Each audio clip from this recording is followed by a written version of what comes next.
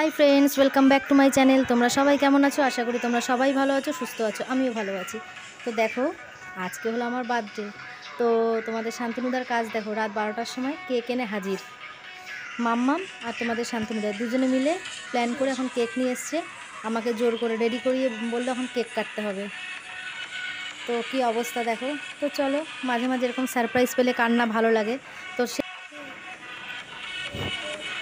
তো এটা হলো সত্যি কথা বলতে গেলে কি মানে আমার দারুণ লেগেছে সারপ্রাইজটা।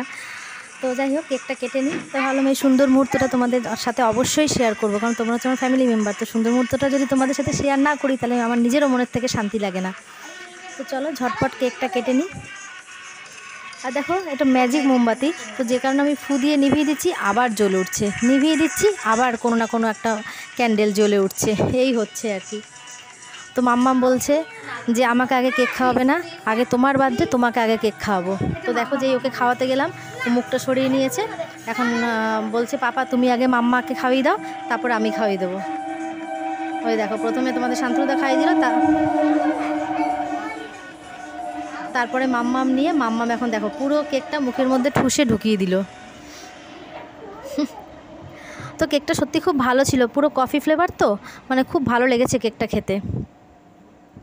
তো ভালো চয়েস করে নিয়ে এসছে বাবা মেয়ে দুজনে মিলে। তো এখন আমি ওদেরকে একটু খাইয়ে দিই।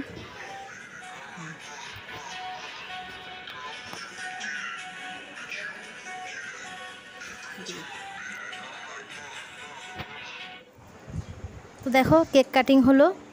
এখন বাজে দেখো 12টা 15 বেজে গেছে। তো এখন তোমাদের শান্তনুদা কেকটাকে এখন কাটতে বসেছে। মাম্মা এখন বায়না ধরেছে এখন একটুখানি কেক খাবো। তো এখন তোমাদের শান্তনুদা এখন কেকটাকে কাটতে বসেছে। তো তিনজনের তিন পিস কেক এখন একটুখানি খাই বসে এই রাত 12টার সময়। আর বাদবাকিটা এখন ফ্রিজে ঢুকিয়ে রেখে দেবো। তো ভিডিওটা ভালো লাগলে অবশ্যই একটা লাইক করে দিও প্লিজ। আর যারা আমার চ্যানেলটাকে এখনও সাবস্ক্রাইব করোনি, যদি আমার ভিডিওগুলো তোমাদের ভালো লেগে থাকে তাহলে প্লিজ আমার চ্যানেলটাকে সাবস্ক্রাইব করে আমার পাশে থেকো।